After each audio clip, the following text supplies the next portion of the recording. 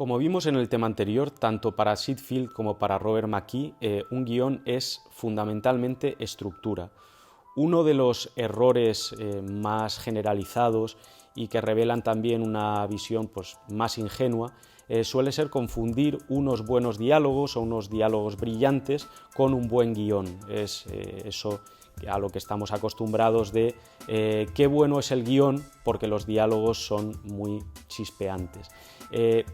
Lo que hace bueno y sólido, sobre todo, un guión es la armonía entre sus partes, planteamiento, nudo y desenlace, primer acto, segundo acto, tercer acto, sea cual sea la nomenclatura que queramos adoptar, y la fuerza y la capacidad de sorprender al espectador que hay en la manera en que se plantean los conflictos, se desarrollan y se resuelven. Por eso es esencial regirse por un principio que es el de escribir de dentro hacia fuera en lugar de fuera hacia dentro. Esto significa que debemos de evitar a toda costa componer el guión a base de retales, empezar a escribir aquellas secuencias que a priori tenemos claras en la cabeza o que nos parecen más brillantes, en la esperanza de que en algún momento se vayan aclarando el resto, podamos darles forma y al final tengamos un todo coherente. ¿Cómo podemos evitar esa tentación que cualquier guionista ha sentido de lanzarse a escribir cuanto antes porque le quema la necesidad de empezar a dar forma? Bien, Robert McKee lo que recomienda es escribir el outline. El outline, como veremos en su momento, es un documento que está a medio camino entre la sinopsis y el tratamiento en cuanto a extensión. Lo que recomienda Robert McKee es escribir ese outline mediante el sistema de fichas. El sistema de fichas implica que por cada secuencia debemos de redactar una ficha bibliográfica como las que antes se manejaban en las bibliotecas, de manera telegráfica, con los datos esenciales acerca de la acción que acontece en cada una de las secuencias, los personajes que intervienen, etc.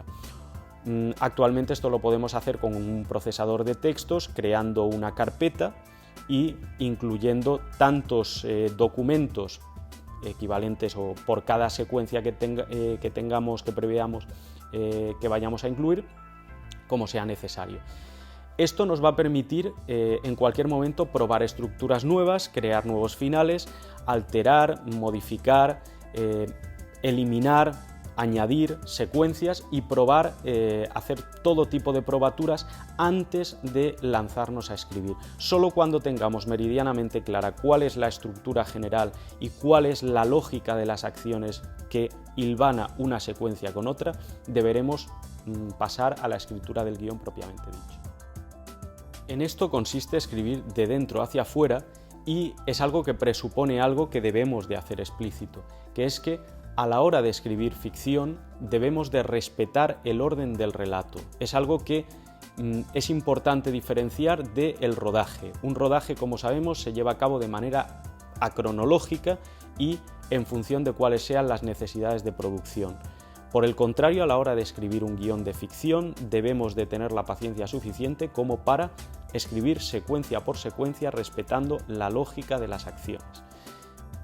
En definitiva, parafraseando a William Goldman, lo que lleva más tiempo no es escribir, sino intentar imaginarse qué es lo que hay que poner en el papel.